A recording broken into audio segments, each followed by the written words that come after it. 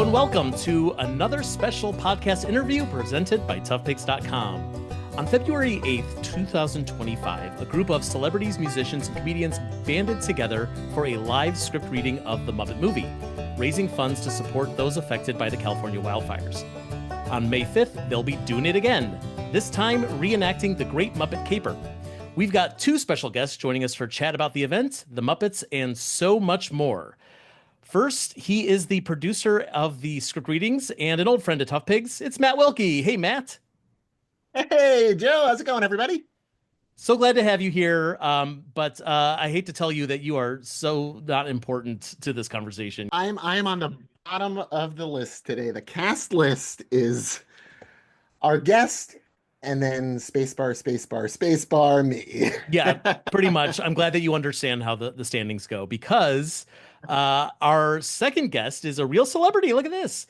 She was Miss Congeniality on season 11 of RuPaul's Drag Race and a contestant on season 9 of Drag Race All-Stars. She's an actor, an activist, a singer-songwriter, but most importantly, she is performing as Miss Piggy in the Muppet script readings. It's Nina West. Hello, Nina. Hey, I'm number one. You're number two. Spacebar. You. Hi, everybody. I'm so excited to be here. I'm so glad that you're here. This is such a trip for me. I'm such a huge fan of Drag Race and such a huge fan of yours specifically. It's been a joy to watch you on my television and to see you interacting with the Muppets.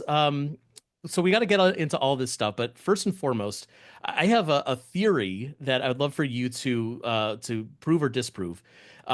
Anyone who's like in the entertainment world, and I think specifically this drag culture that you're such a big part of, I think there's so much of it is influenced by our love of the Muppets, especially from our childhood. So, do you see that with yourself and with a lot of the other drag queens in your community? I do. It is interesting to me because I do think I think the Muppets are a touchstone for people of a certain age. There's definitely a certain generational. I think commonality, right? People who are maybe my age. I'm very young, by the way. I'm not. Or 29 and no, 29, right? yes, 29 plus. It's a Disney plus, but 29. But I do think the Muppets.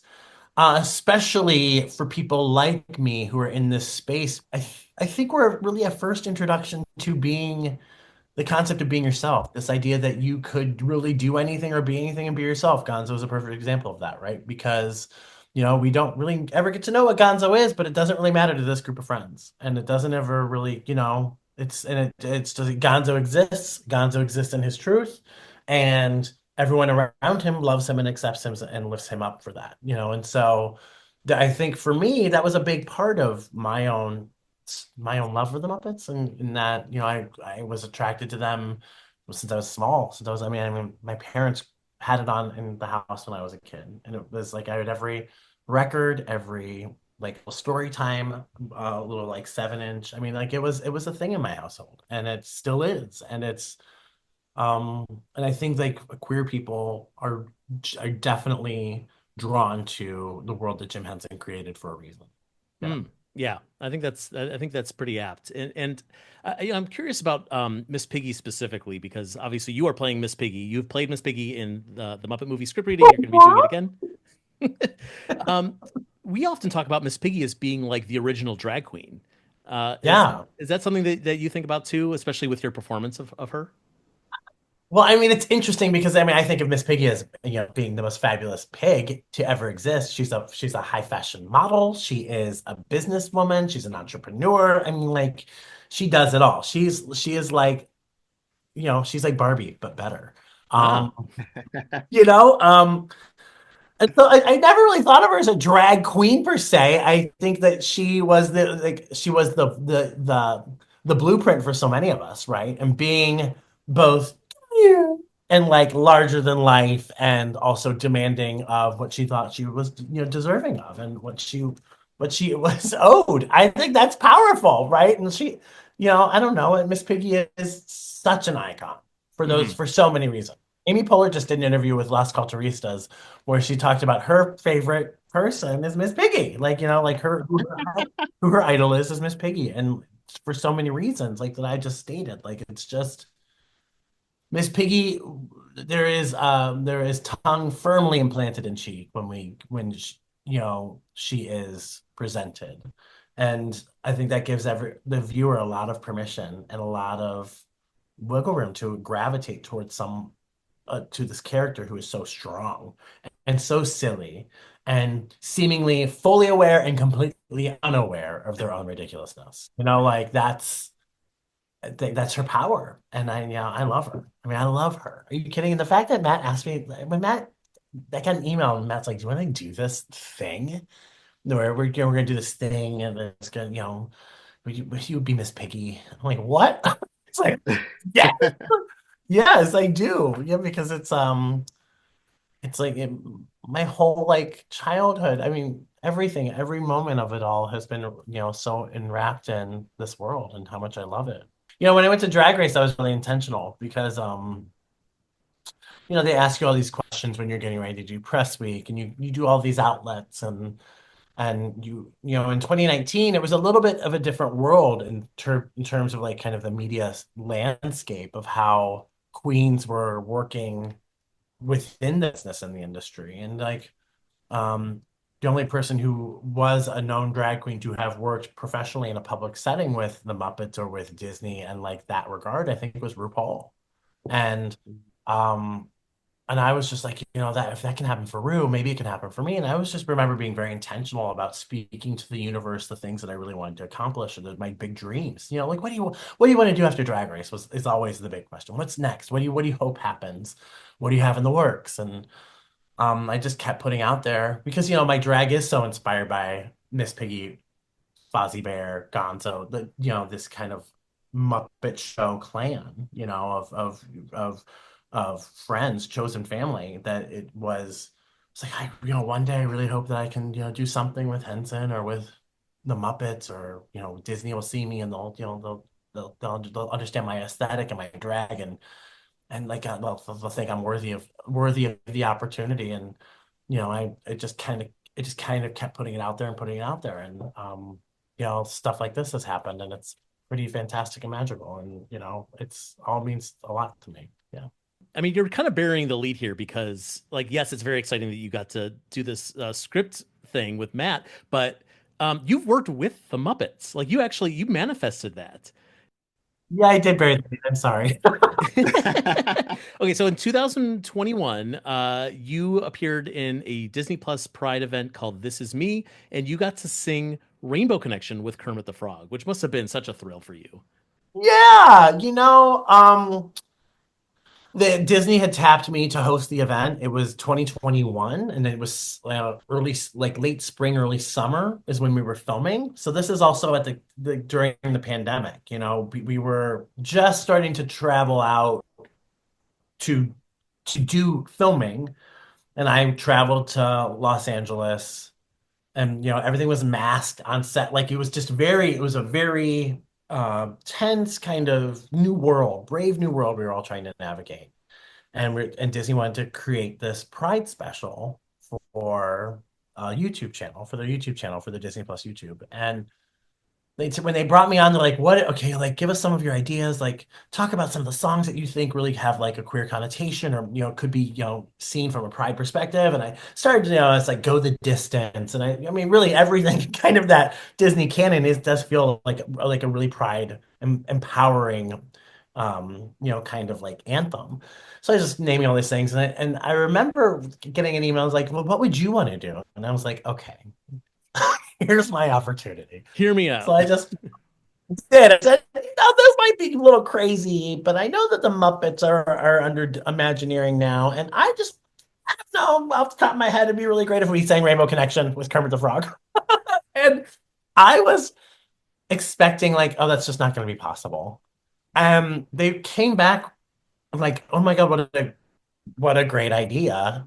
Let's see if we can make this happen. And sure enough, we did Rainbow Connection together and sang that song, and then that led to me working with the Muppets again in 2023, 2024. Was it last year?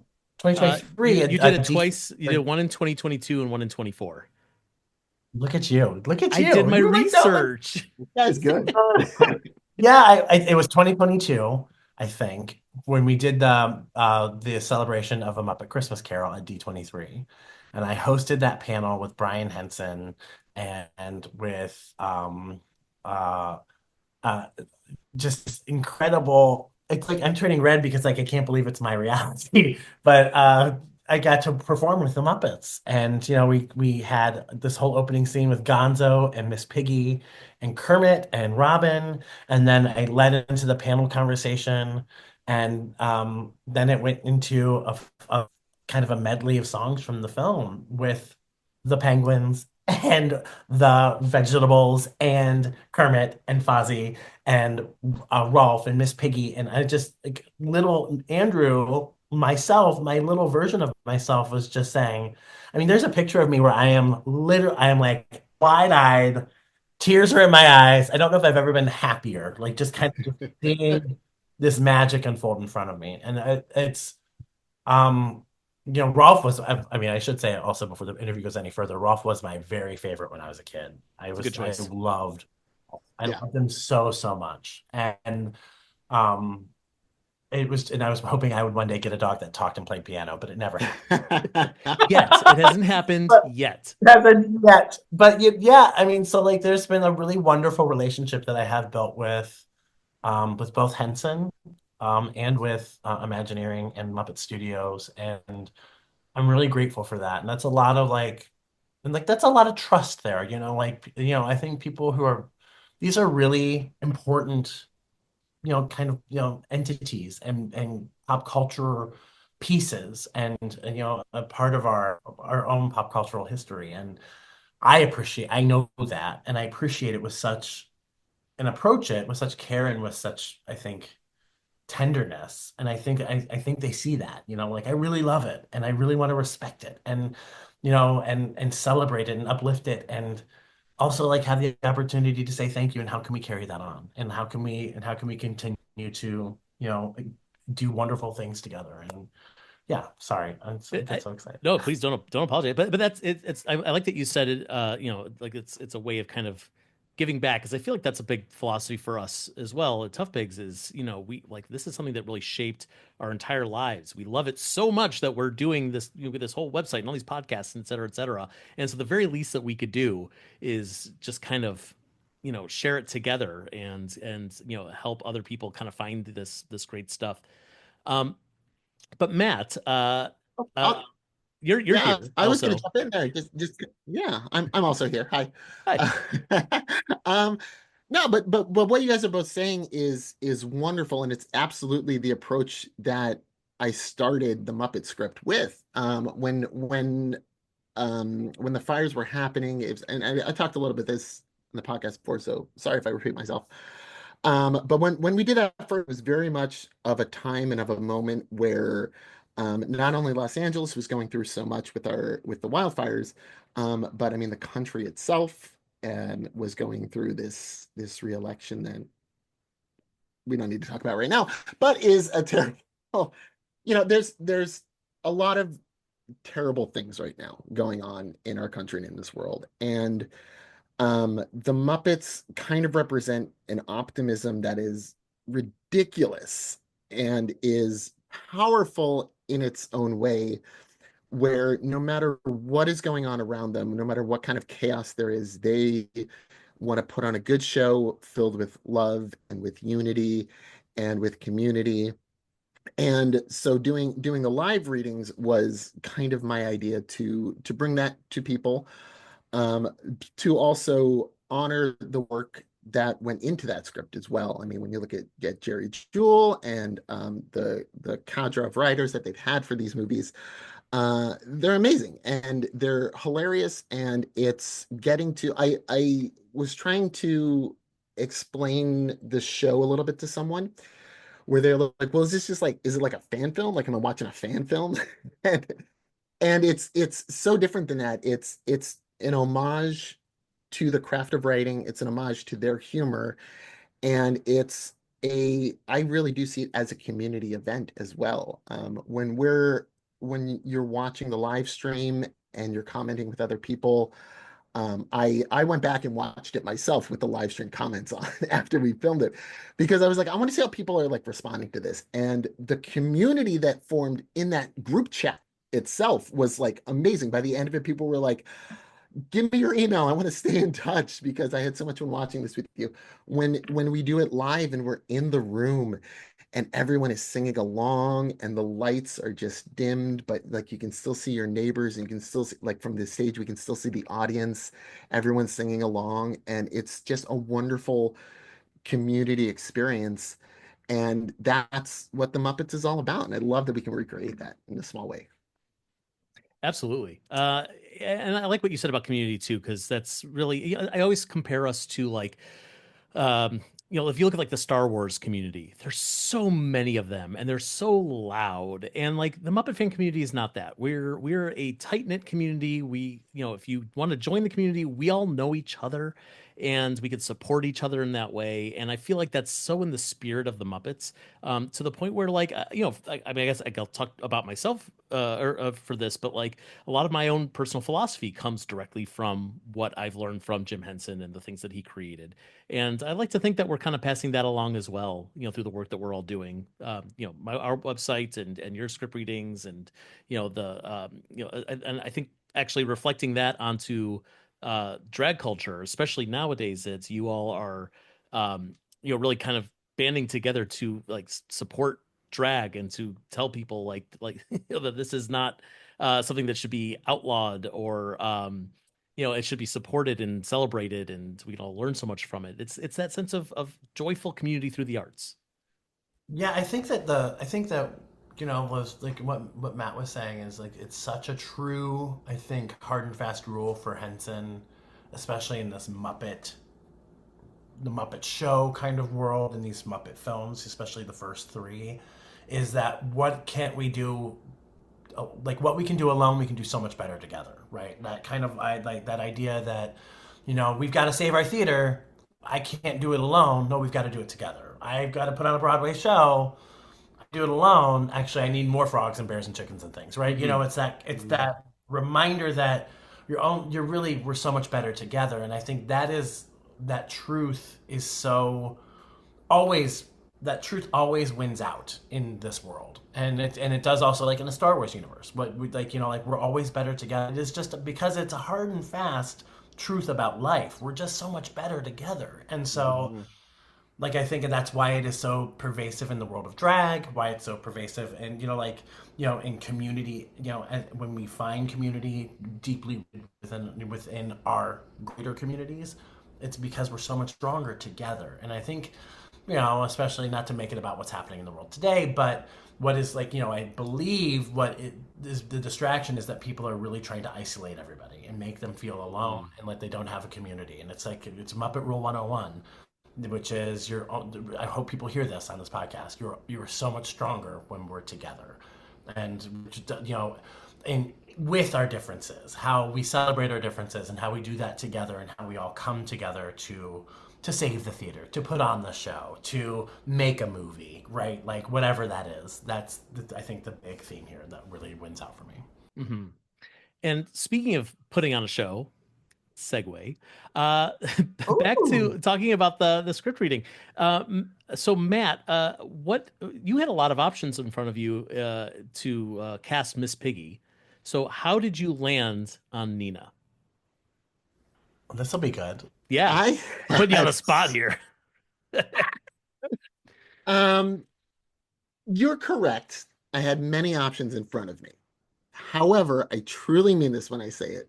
Nina was the very first person I thought of when I thought of this idea. I think Nina is a powerhouse. I think she can do anything. I think she is bubbly and tough and smart and is hilarious. And the way that she approaches comedy is beautiful. And so when I thought of this role and I thought of this idea, literally the first person I thought of. And I've told this story to you, Joe, in our last interview, but I'm going to tell it again because I want you to hear it. The best part of that experience with Nina was I didn't know her at all. I sent out a blind email to her reps. I wanted to see if she'd be interested, if this is her kind of thing. And the same day, before I got a chance to read the email from her reps, I'm on my couch with my wife and I'm scrolling on Instagram and I just see Nina West like your photo. Nina West like your photo. Nina West started following you. Nina West sent you a DM and I freaked out. I was freaking out on my couch next to Grace. I was like, this, it's happening. Like, red alert. Nina is writing me right now and she wants in. This is going to be the best performance ever. And it was proven time and time again. Planning everything into this was a dream come true to work with Nina, and then getting to do it all over again has just been phenomenal. I love it.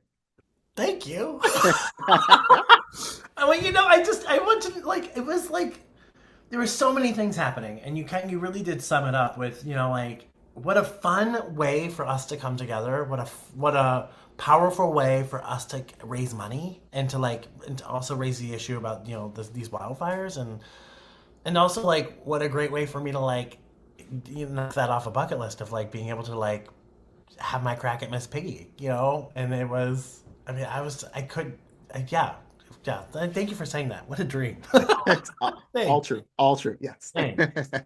Thank you. Nina, is there anything, now that you're doing this for a second time, is there anything new that you're bringing to the table with Miss Piggy? New outfits. Muppet Keeper? New outfits, honey. New outfits, mama. Miss Piggy, yeah, she's got an evolution here. And Caper, she wants to be a high fashion model, honey. So I'm bringing some new wardrobe. No, I think that I mean, you look back at that first experience of the reading we did earlier this year, and it was like that cast, which almost everyone is back. It's like they're all so good, and everyone. It's just like a dream experience. You're in a room with people who are really funny, are really smart, are really compassionate. Are at the top of their game. These are all comedians and actors who are everyone's firing on all cylinders, and you're just to be in that room it's a dream to just be to play with people and I've seen a Muppet movie for this last experience. I've seen that movie, I can't even tell you how many times, and I knew it. I knew all the beats and the breaths, and I knew everything, and it was wonderful to sit back and watch people breathe new life into something I loved so much, and loved even more by watching people do what they did with it and honor it and respect it and subvert it and make it even more ridiculous and more fun. So when I went back and watched it again, it was like, whoa, I didn't even that. The rhythm of that joke is so brilliantly written, and and it is honoring the script and the writers and the Muppet performers and these characters that we love so much. But it's also saying, look, I mean, it is really well written. That movie is so well written and so well done. Nothing, every period, every punctuation, every moment, every song, everything is so deliciously decided, and it's all very intentional. And when you do it in this setting, you're like, whoa, it is so intentional. It's because you're watching it as a kid and you're like, this seems effortless, whatever, and then you grow up and you become a writer or you become an actor or and you're like, this is really hard. This is so complicated. How do I do this? And you take a piece that was written so how many 40 some years ago, and you're like, God, this is so good. And they make it look effortless, and so to watch people also do that with it live in the room and be like, oh, you people are brilliant, and the fact that I get to be a part of it is it's really cool. And so I'm just trying to bring that energy back to this, not try to replicate what we did a few months ago, just trying to have fun, be in the room, have fun, fire on all cylinders, yes, and with everyone, and also honor. This is my favorite of the original three, so I'm really just honor this one the way that I love so much. Yeah, it's mine too, and I'll say that a lot of people in the cast, and especially Scott Passarella, who is our musical director, this is his favorite too. And I think that that's really going to reflect in our performance because we're elevating the music a little bit. We're bringing in some new instrumentation, so that way it's a lot more elegant. And when you get to the Dubonnet club scene, it's going to be very The classy. Dubrovnik Club. Yes. But it'll also just still be fun. And we have a band practice later today, and I'm really excited to just play around with the instrumentation, see what new things we can bring to it, see where we can there's some jokes that, when I do these, I go back to the very original script because for most of them you can find them online. And for the first the three Henson ones, they're there and they're great. So I can get the jokes that fell off. So there's jokes in here that you're gonna hear probably for the first time, which is amazing to think oh, Jerry Jewell wrote this and we've never heard it said before, but now we're gonna have it heard said. So that elevation of everything, it's gonna be we want to make it feel a little classier and a little, almost like a night at the opera, but also a night at the opera by the Marx Brothers. So it'll be Yeah. a little combination of those both things. And it's so fun to see it. Casting for these has been my favorite thing in the world. It's just getting to look at people. Some of them I know, some of them I've never met before, but I've seen on things like Dropout or Smosh and Thrilling Adventure Hour, Saturday Night Live. It's just all these great people who we've seen before. But when you give them these roles, so many of them already know the roles and they're like, perfect, I know exactly what I'm going to do. I'm going to have the voice. And then so many of them are like, who's New Zealand? That's who I'm playing. How do I do this? And then they watch it once and they're like, okay, I've got my angle. And Ruha Taslimi comes out and she's throwing fish at the audience. And you're just like, this is beautiful. What a great thing. And I will say, with the last reading, I was so moved. I think this is a common thread, I think, for the three of us, and I think for the listener, I was really moved by David Dastmalchian's performance, specifically because I could see he was every one of us in that moment. Every time he was up there, giving Gonzo, and I could feel it in a way that was just a profound experience to watch someone who loves this so much, loves this world so much. His kids were there. He could share it with us. You could see he was he was looking at them, and he was, I think imparting this beautiful world to them and sharing it with them in a way that was so vulnerable and so beautiful. And you could see that this means a lot to him in a way that you might not have otherwise, been able to witness had Matt not asked David to be part of this. And David, who is a friend of mine, who is just the sweetest, kindest, most beautiful man, to see him in that regard was moving for me. And I've seen David, he's just the sweetest man, and just to see him in that moment was just beautiful. And I think that's kind of another beautiful outcome of, I think, the wonderful world of the Muppets and Henson that he created. I think it speaks volumes, and I just wanted to call that out because it was a really magical part of that, and I'm excited for what Caper will bring. And it's as exciting as it is, to have folks like David and Mark Evan Jackson and Paul Tompkins and Bobby Moynihan. What a cast, by the way. Wow. I have to wonder, the cast of Drag Race over the years, they're so weird and diverse. And I'm gonna put this out to the two of you. Yeah, what if you were gonna cast a Muppet movie script reading with the Queens of Drag Race? Well, okay, so Animal would be Miss Vanjie for sure. Oh my god, yeah. nailed it! Girl! Animal, animal, animal. One hundo, Miss Vanjie. Kermit. Kermit's the hardest one know. because Kermit he's centered. He always is. And the He drag always is queens, the hardest one. the Drag Race contestants are just so over the top. I did come up with a few ideas for backups. If you're drawing a blank. Well, I have an idea, but I want to hear your idea for Kermit. Well, Kermit, I was thinking Ben de la Creme because she's also love a Dela. producer in IRL. Who are you thinking? Love that. I was thinking Dela, and I was also thinking a little Ms. Cracker. I was kind of thinking, Okay. they're very. They have a lot of similarities, right? They're both comedians. They're both writers. They're both. Yeah, that's okay. But I love the Dela suggestion. Okay, yeah. Who's the next character? Matt, do you have somebody? I've got somebody. I don't know if it would be Statler or Waldorf, but definitely Raja. And whoever it is, Raja is going to be the old one with the old person jokes. So it should be Statler by her own. She will be making the jokes herself. I know. That's fair. Although whoever you were going to say is Statler Waldorf, I was going to say that you're wrong because it's just two Michelle Visages. Oh, are you serious? I think Michelle Visage is totally like oh my she's oh what is what in no, I guess yeah, that'd be good. That would be good. That would be good. That would be good. I think Raja would be a really good Janice because she's a big pothead. Oh yes. Mm-hmm.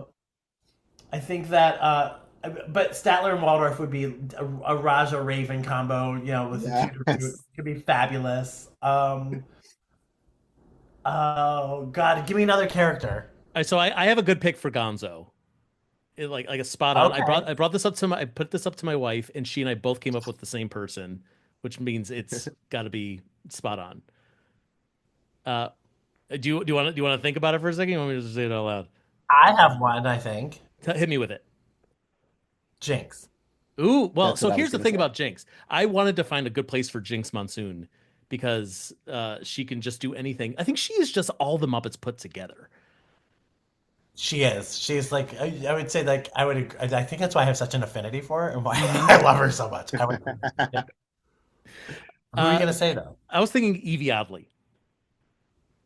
Oh, Evie, yeah. So weird. Everything is so weird, and yet, like, not so weird that you're like, I don't know what you're doing. It's just like it's beautifully bizarre. Not like Zoot. I mean, I think she'd be kind of a great Zoot. Yeah, Sure. man. I don't know. Yeah. I mean, okay. Who's Fozzie? Okay? I do. I also have a pick for Fozzie. Okay. It was the drag queen that from the first season that I watched. That so it was one of the first people who I really fell in love with, which is Ginger Minge. I just think Oh, she's that's hysterical. cute. Hmm. That's cute. Yeah. Oh, I love that. Oh, I actually really, really love I like that a that. lot. Yeah. Can we make this happen, Matt? Can you do this for the next Music Manhattan? Let me All drag hold on. queens? Let me make some calls. Hold on. I Ginger. really love that. Oh. But the problem with casting these though is like I was looking at a list of a lot of the different queens just trying to get some inspiration, and I'm just realizing they're all Miss Piggy. Like you can't have Then what am I gonna do? They are, yeah. I mean, like, I've got to find a place for like Latrice or Mhm. Bob. I was Yep. kind of thinking Bob the drag queen is kind of like a really dry Fozzie Bear, which could be Oh, really interesting. Yeah. that's true. But then we also have the Muppets who could like double, our double whammy there for whoever Miss Poogie is. Yeah. Yeah. Yeah. If we did it the other way, Nina, if we got like your version of Miss Poogie and it's like a straight actor, who would that be? For Miss Poogie, Yeah. like What's the straight version of Nina West? Probably like I'm like literally trying to physical. You can't see me. I'm trying to physicalize it. I'm trying to think who like Yeah, you're like pushing the Look so- idea out of your brain right now. I'm really trying to embody it so I could be like, who would be a good Miss Piggy? Like probably like Channing Tatum, like someone who's just like Yes. kind of really Yes. heterosexual. Like it's just kind of like, and they just are like, I'm in, like just like Yeah. drag of it all. Maybe would be really thing. So like a Channing Tatum could be interesting. Not to say that that is the antithesis of me. God, how I do not think of myself like that. I wish I did. Here's like Miss Piggy is not the antithesis of Miss Piggy. Like they there's so much overlap. It's just that little bit of Yeah, there like are a good lot of, versus like- evil, you know? Yeah, But yeah, I like there that. are a I lot like of, Channing Tatum. Yeah, just I can see him in the wig and like the weird like she is my Miss Poogie is my screensaver on my phone. It's like, hey everybody. What You a talking beauty. about, Fonzie? I love her. I love her so much. I love her so much. Oh, it's the best. All right. So now that you have been working on this Miss Piggy impression for these script readings, do Yeah. you think that you're ready to bring her up in the Snatch game? No. Pressure on. You know, yeah. I don't know why I'm so like caught up. I don't know why I'm so like giddy with that idea. Yeah, hell yeah. I mean, I think she would. I think I would slay the snatch game with her for Hmm. sure. You You would. know. You You would. totally would. I want to Yeah. see that. I know they've done Madam on the Snatch game, but have they done Miss Piggy? No one's done that yet. No, because here's with Drag Race. You're like we're told we're not allowed to do fictional characters. At least Mm. that's how it was for a couple like the two times that I went. You were had to do so like when I did, I really was doing Edna Turnblad, but I because I wasn't allowed to do Edna because she was a copyrighted character. I did Harvey Firestein for first season, Right. and Yeah. then so that pushed me to really be like, okay, who can I do that's kind of, I mean, kind of in the canon of really what Rue likes, which is Mm. basically kind of like a 60s laughing, inappropriate. Like, how can I make a character appropriate? And I had like kind of come up with a variety of characters, like Ethel Merman. These were for All Stars. I was going to either do Ethel Merman or I was going to do Eve, the first woman, Mm. which Oh. was done on the runway in the previous All Star season by Hmm. Jimbo. But I wanted to Right. take her to the Snatch game and like how would Eve reply to be in this world? Then it was Liberace, and I was like, oh, Liberace is totally my pick because you can make all these completely like gay innuendo, like Yeah. sexual content and just can't and I was like that's what Rue really loves. She likes it dirty and she likes it like really like off the wall. And so trying to do a Miss Pig would be really challenging because you'd have to get clearance. And I think so you'd have to do Frank Oz probably or Eric Jacobson, which would then they'd be people would be like, wait, what? And then you'd have to, you know what I mean? You'd have to like Yeah. explain it unless the character is public domain, right? I But think I don't know. how great would that be to go on the show and tell Rue? So I'm gonna do Frank Oz and then just Yeah, see. and she's like, so and You're she'd be gonna, like, you're so gonna you're gonna do Yoda? what? Okay. Slay, will Okay. I? That's good to know. I did wonder about the fictional character thing because I know, like, I remember when I think it hit me when Gottmik did Pal the dog instead of Lassie, Correct. and it's like, oh, Correct. okay, Instead of well, Lassie. Yeah. yeah, Because you have to that wonder, like, explains it. wait, what's the story here? Why is it Pal instead of Hmm. but because Pal was the actor who did Lassie. Right. Yeah. All right. So Miss Piggy's probably not on the table, but well, and so speaking of that, so Miss Piggy was on Drag Race once. It was not one of your seasons. She made a little video appearance. Were you disappointed that you weren't there for that one? No, because she's my friend. She called me for pointers. And I was Oh, like, listen, Piggy, you can't mess this up. You cannot mess this up. We talked it through. It's like, girl, you've got this. Those paints have nothing on you. amazing. Yeah. No, that's it. You're right. That's yeah. Yeah, I couldn't be my season because that'd be like nepotism, girl. No way. That couldn't win. Although I don't know why she wasn't a judge. That's something I still want to see. I want to see her behind that table and reading all the Wouldn't that be queens. epic? That would be Yes. so good. It would be Yes. so good. And I want her to walk the runway, but that would be a little trickier, I think. I mean, there's like a human being underneath her. You just don't show you don't, I mean, there's no human being. It's Miss Piggy. What are you talking Oh, about? sorry. Yeah. So right, of You- course. There's no reason she can't. She has a whole body and legs and everything. Of course. Yes, I don't know why you. She's ridden a bike in a park before. She's been in a boat. Yeah, that's true. A woman can walk a runway. She's been underwater, and speaking of that, do you have any plans for how you're going to do your underwater scene for Great Muppet Caper? Well, we're really excited because we're working with the LAYMCA to film. No, I'm just kidding. Paid $80,000 for them to empty it for a night, and it's going to be epic. Yeah. It's really exciting. It's the Burbank public pools, they're like letting us have free reign. So we're They get it. reigning free. Yeah. Yeah. Do you actually have plans for this or for the bicycle scene? Like, are you bringing out anything like kind of out of the ordinary for some of these visual scenes for Muppet Caper? You're just gonna have to buy a ticket and see What a tease, I do yeah. or do not do. There's plans. There's And so we've I got mean, yeah, that's it. I mean, there's some great live stream seats still available. I think we're almost sold out in person, which, we actually this morning I just found out we are officially sold out in person. see, so you got to get live stream tickets now. Matt, I've always said you Don't were sleep sell on out. it. Woo! Ha ha ha. Well, this is all very exciting. I'm really excited about this script reading. The first one was so good, and anyone who missed it, people can still go watch it, right? Like, you could. Yes. Yeah. So if you go to dynasty.tv, that's the Dynasty Typewriters website for their previous productions. It's a great setup, and you can still watch the Muppet script through that. And I do want to make mention, just so I don't forget it, and it's important, is that I do want to mention the organization that we're supporting for this round.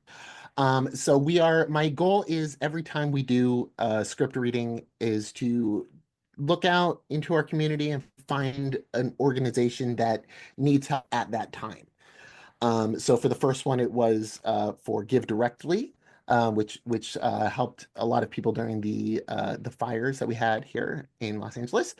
And for this one, we are sponsoring, or excuse me, we're not. Let me sorry that. And for this one, we are going to be fundraising for the Trans Latina Coalition. It's a great organization here in Los Angeles. They started as a grassroots movement to help out transgender, gender expansive, intersex immigrant women, specifically in Los Angeles.